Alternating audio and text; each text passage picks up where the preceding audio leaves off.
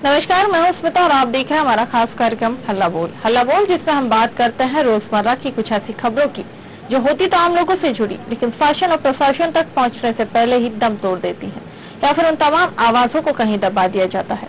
ऐसी आम खबरों के लिए हमारा खास कार्यक्रम हल्ला बोल।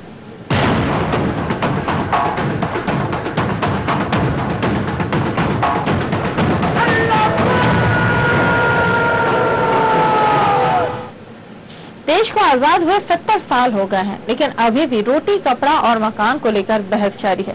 सोशल मीडिया पर चर्चा के दौरान समस्या समाधान आम बात है, लेकिन इन सरकारी योजनाओं की धरातल पर किस तरह से बर्बादी हो रही है और गरीबों को लाखों रुपए के मकान बनाकर देकर वाहवाही लूटने वाले अधिकारी कर्मचारी ऐश कर रहे हैं, वहीं गरीब तबका आज भी चादर की दीवार में गुजर बसर कर रहा है। इसी हाल पर एक हकीकत पेश करते हैं हमारे ग्वालियर से स्पेशल रिपोर्टर।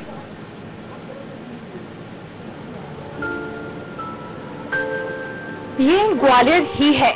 मिट्टी के बने ये कोई शौचालय नहीं, लगभग आधा सैकड़ा लोगों के आशियाने हैं।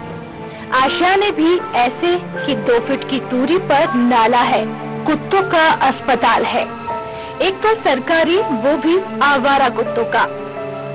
यहाँ सैकड़ों फ्लैट आवंटित हो चुके हैं, हजारों बन चुके हैं, लाखों बनेंगे, फिर भी कमल है जो फ्लैट नहीं बनने का कारण पूछने पर कहता है, साहब सालों से अर्जी पे अर्जी दे रहे हैं, शासन हमें यहाँ से उजाड़ना तो चाहता है पर दूसरी जगह बसाने से परहेज करता है।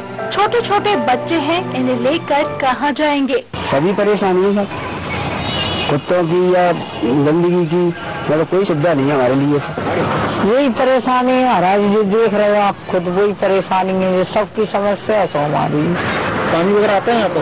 कहाँ पानी, कुछ भी नहीं। बारिश आती तो पानी भर जाता है, पूरा पानी घरों में भर जाता है, भर भर के फेंकते हैं। अजय की उम्र अभी 18 साल की है। शरीर देखकर लगता है कि सूखे का रोग हो, पर अजय मानने को तैयार नहीं।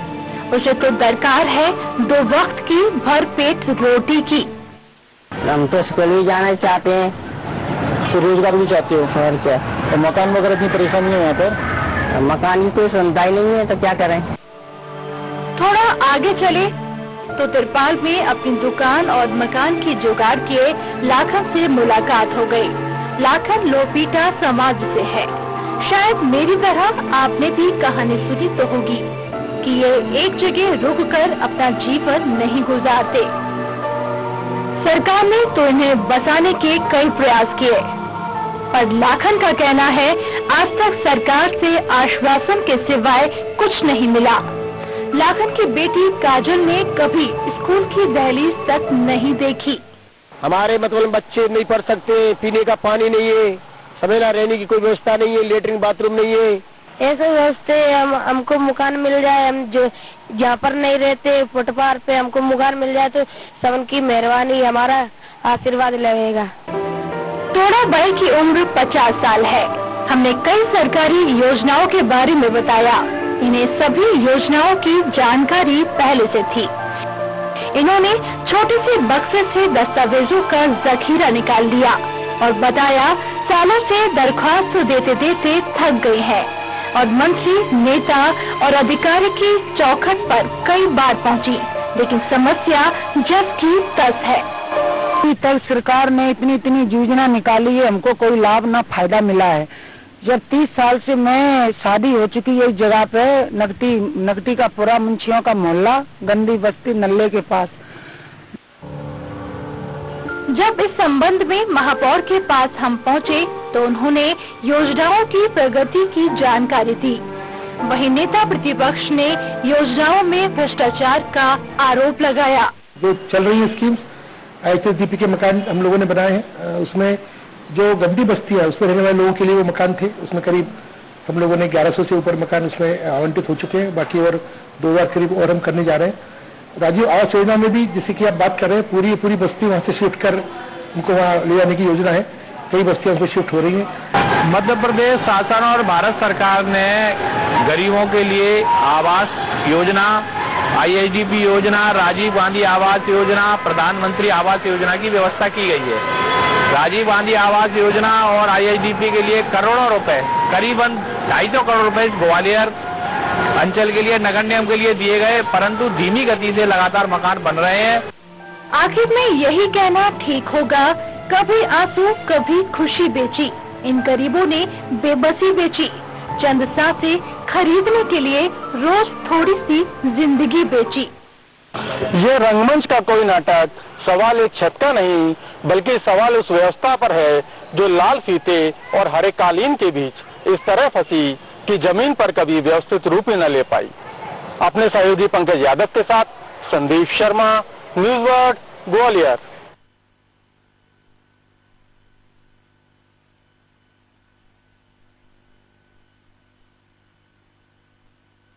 प्रदेश की ग्वालियर की, जहां पर लोग मकानों के सपने देखते हैं, वो गरीब लोग जिन्हें मकान आवंटित तो होते हैं लेकिन सिर्फ कागजों में, हकीकत में वो चादर के शेड में अपने पूरा जीवन गुजार देते हैं। मेरे सहयोगी संजीव मेरे साथ जुड़ गया, मेरे सहयोगी ग्वालियर से। संजीव, सरकारी योजनाएं कई आई, चाहे प्रधानमंत्री आवास की बात कर ली जाए या मुख्यमंत्री आवास की बात कर ली जाए, ये तमाम योजनाएं गरीबों के लिए, उन लोगों के लिए जिनके पास घर नहीं है, उन्हें एक छत मिल जाए। ये सपना है प्रधानमंत्री का भी और मुख्यमंत्री शिवराज सिंह चौहान का, लेकिन ग्वालियर में गरीब लोग चादर बिछाकर, चादर की छत बनाकर रह रहे हैं।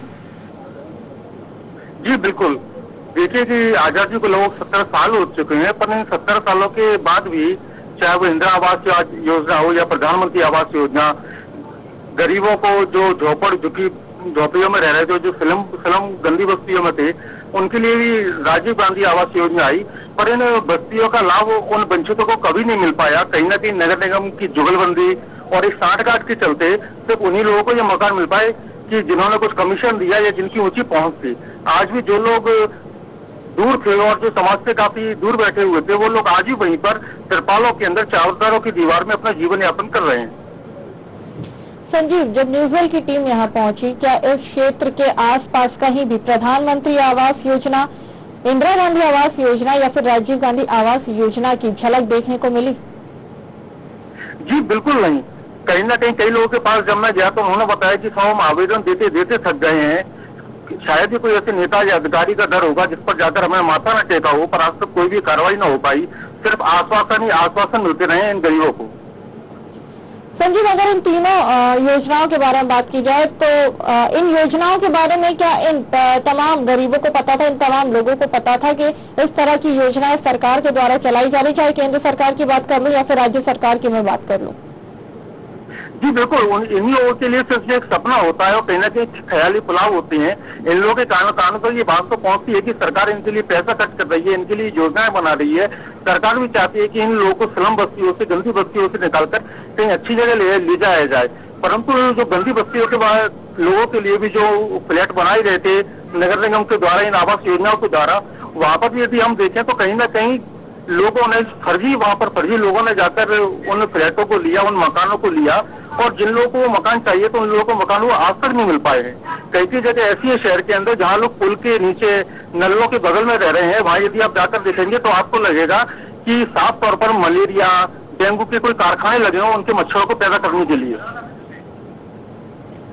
संजीव, जब यहाँ के लोगों से आपने बात की तो उनका क्या कहना था? उन्होंने कई बार आवेदन दिए, जैसा कि आप बता रहे हैं, और खुद उन लोगों का भी ये कहना है कि उन्होंने कई बार आवेदन दिए हैं मकानों के लिए, लेकिन आवेदन के साथ साथ जो नियम कायदे कानून है, क्या उनमें कहीं कमी रह गई इनकी तरफ से? आखिर कहाँ चूक हो जाती है जिसकी वजह से जो हकदार हैं उन्हें उनका हक नहीं मिलता है, बल्कि उन लोगों को वो मकान मिल जाते हैं जिनके पास पहले से ही अपने लिए छत है, जिनकी रसूख है, जिनकी पहुंच है?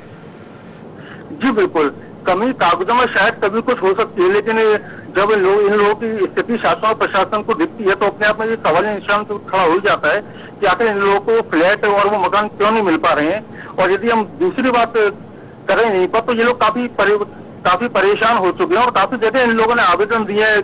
कई नेता, मंत्री, विधायकों के यहाँ ये लोग जा चुके हैं। कई बार सरकार, नगर निगम इन लोगों का मकान तोड़ने के लिए जो इन लोगों ने झुग्गी झोंपड़ियां बनाई है वो तोड़ने के लिए शासन खड़ा हो जाता है, संजीव, पर आपको ये नहीं देखता कि इन संजीव, लोगों आपको को रोकूंगी मैं, आपसे पूरी बात आपकी सुनूंगी। उससे पहले हमारे साथ जुड़ गए हैं पार्षद विकास जैन। विकास जी, बहुत बहुत स्वागत है आपका न्यूज वर्ल्ड में। हाँ, धन्यवाद। विकास जी, केंद्रीय मंत्री यहाँ से नरेंद्र सिंह तोमर, और साथ ही अगर बात की जाए तो मुख्यमंत्री शिवराज सिंह चौहान ने कई तरह की योजनाएं यहाँ पर लागू की है ताकि गरीबों को कम से कम उनकी छत मिल सके। लेकिन ग्वालियर का ये अंचल ऐसा है जो आज भी उन योजनाओं से कोसों मील दूर है। यहाँ के गरीब चादर की छत बनाकर रहने को मजबूर है। क्या कहेंगे आप इस पर, इस बदहाल स्थिति पर? मैम, योजना है तो सिर्फ मौखिक रूप से घोषणा की जा रही है मध्य प्रदेश शासन के द्वारा। दरअसल पे 0/0 है, क्योंकि आज की डेट में प्रशासन इतना निरंकुश हो गया है जिससे सत्ता का बिल्कुल भी अंकुश नहीं है। ग्वालियर में इतनी योजना चल रही है और अंतिम पंक्ति के अंतिम व्यक्ति तक उस योजना का लाभ नहीं पहुंच रहा। विकास जी, आप पार्षद हैं, क्या आपने कभी कोशिश नहीं की ये जो अंचल है, ये जो एरिया है, ये जो क्षेत्र है, जहाँ पर जो गरीब लोग हो छत के लिए तरस रहे हैं, जिन्होंने कई बार आवेदन दिए हैं, उनकी किसी ने एक नहीं सुनी। उन्होंने हर एक दर पर जाकर अपना माथा टेका है कि उन्हें उनका हक मिल सके। अपने स्तर पर जितना प्रयास होता है वो लगातार कर रहे हैं और अपने क्षेत्र की जनता को लेकर जैसा कोई भी पीड़ित व्यक्ति हमको मिलता है उसकी हम पूरी लड़ाई कर रहे हैं और जहाँ तक कोशिश होती है कि उसको लाभ दिला दिया जाए। लेकिन एक व्यक्ति को लाभ दिलाने में ऐसा लगता है कि जैसे हम व्यक्तिगत अपना कोई काम का निवेदन कर रहे हो। विकास जी, आपने कितनी बार इस जगह का दौरा किया? आपने कितनी बार जाकर इन गरीबों से बातचीत की? कितनी बार आपने इन लोगों की मदद के लिए सरकार से गुहार लगाई है? मेरा जो क्षेत्र है उसमें मोस्टली सब गंदी बस्ती, मलिन बस्तियां आती हैं जी। तो मैं तो डेली उनके टच में रहता हूँ, क्योंकि मेरा घर भी मलिन बस्ती से लगा हुआ बना हुआ है। और जब भी जरूरत पड़ती है वार्ड ऑफिसर, महापौर महोदय, कमिश्नर साहब, एसडीएम साहब, मतलब तमाम जिम्मेदार अधिकारी यहाँ पर आते हैं। आने का तो कल्चर ही खत्म हो गया शिवराज सिंह की सरकार में। तो तमाम ये जिम्मेदार अधिकारी कभी आपके की पार्षद है, आपके बुलाने पे यहाँ पर आते हैं या औचक निरीक्षण के लिए कभी आते हैं? क्योंकि स्वच्छ भारत अभियान करके भी एक योजना चलाई गई है सरकार की तरफ से, जिसके तहत जहाँ पर गंदगी हो, स्मार्ट शहरों में भी अगर मैं गलत नहीं हूँ तो ग्वालियर का नाम शामिल किया गया है। लेकिन अगर ये स्थितियां हैं ग्वालियर की और ये तस्वीरें हैं ग्वालियर की, तो ग्वालियर स्वच्छ भारत अभियान में या स्मार्ट सिटी की लिस्ट में कैसे शामिल हो गया, ये भी एक बड़ा सवाल है। स्वच्छ भारत मिशन के समय नगर निगम की पूरी मशीनरी 24 घंटे वर्क कर रही थी जब तक दिल्ली की टीम का सर्वे होना था। हम लोगों ने रात भर जब से उनकी मदद की, हमको लगा कि बहुत पॉजिटिव। विकास जी, आपको रोकूंगी, आपकी बात पूरी सुनूंगी। हमारे दर्शकों को बता दें, सतीश खरवार एक और पार्षद हैं, वो भी हमारे साथ जुड़ गए हैं। सतीश जी, बहुत बहुत स्वागत है आपका न्यूज वर्ल्ड में। धन्यवाद। सतीश जी, सरकार की तरफ से तमाम तरह की योजनाएं चलाई गई हैं गरीबों को 2 वक्त की रोटी देने के लिए, कपड़ा देने के लिए, मकान देने के लिए। लेकिन ग्वालियर में ऐसी तस्वीरें हैं जहां पर लोग रोड के किनारे फुटपाथ पर चादर की छत लगाकर जीने को मजबूर हैं, गंदगी में जीने को मजबूर है, लेकिन किसी का ध्यान इनकी तरफ नहीं है। क्या कहेंगे आप? माननीय मुख्यमंत्री शिवराज सिंह चौहान जी द्वारा गरीबों के लिए तमाम तरह की योजनाएं चलाई जा रही हैं, लेकिन मध्य प्रदेश सरकार के कुछ अधिकारी इन योजनाओं को पलीता लगा रहे हैं। ग्वालियर में जहाँ एक और कुछ ऐसे लोग हैं जिन पर स्वयं के मकान भवन है, उन्हें भवन दिए जा रहे हैं और वो अपने भवन किराए पे चला रहे हैं। दूसरी तरफ वहाँ बहुत सारे ऐसे गरीब लोग हैं जो किराए पे और खुली छत के नीचे रहने को मजबूर है, उन्हें मकान नहीं मिल पा रहे हैं। समस्या यही है कि जो असली हकदार है उसे उसका हक नहीं मिल रहा है। विकास जी, तमाम योजनाएं, प्रधानमंत्री आवास योजना भी मध्य प्रदेश में लागू हो चुकी है, इंदिरा गांधी आवास योजना भी है जिसके तहत लोगों को, गरीबों को मकान दिए जाते हैं, साथ ही राजीव गांधी आवास योजना भी लागू है। लेकिन इन तमाम योजनाओं के लागू होने के बावजूद इन गरीबों को एक भी मकान नहीं दिया गया है, उन्हें उनका हक नहीं मिला है। क्यों? मैम, मैंने पहले ही बोला ना कि 2012 से IHDPC योजना ग्वालियर में लागू हुई मकान बांटने के लिए, जिसके सर्वे अभी उनने 2016 लास्ट तक क्लियर कर पाई है नगर निगम का प्रशासन। इतना निरंकुश अधिकारी हो चुके हैं जिन पर कोई अंकुश नहीं है। कभी आपने अपने क्षेत्र में इन समस्याओं से जूझ रहे लोगों की समस्याओं को जाकर अधिकारियों को नहीं बताया कि आपने कोशिश नहीं की? क्योंकि पार्षद के भी कुछ अधिकार होते हैं, कुछ पावर उसके हाथ में भी होती है। मैम, हम लोग समय समय पे जो प्लेटफॉर्म हमको दिया है वहीं पे तो आके अपनी बात उठा सकते हैं। बड़ी मुश्किल से 2012 से अभी तक जांच करा पाए सिर्फ 2012 के फार्मों की, उनमें से 1250 मकान अलॉट कर पाई है नगर निगम ग्वालियर। नगरीय उदय के नाम से इन लोगों ने सर्वे कराए, उसमें भी लगभग 1050 मकान ये लोग अलॉट कर पाए हैं, जबकि मध्य प्रदेश शासन ने ग्वालियर को 13,000 मकान का फंडिंग की है।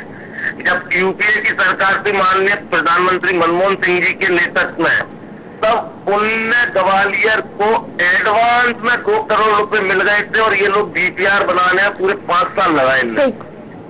सतीश जी से मेरा सवाल है। सतीश जी, आप एक पार्षद हैं, क्या आपने कभी जनता की इन समस्याओं को जिम्मेदार अधिकारियों तक, मुख्यमंत्री शिवराज सिंह चौहान या केंद्रीय मंत्री के अलावा, अगर मैं बाकी विधायकों और मंत्रियों की बात करूं, क्या आपने कभी उन्हें इस समस्या से अवगत नहीं कराया कि गरीब लोगों के साथ में इस तरह का अन्याय हो रहा है?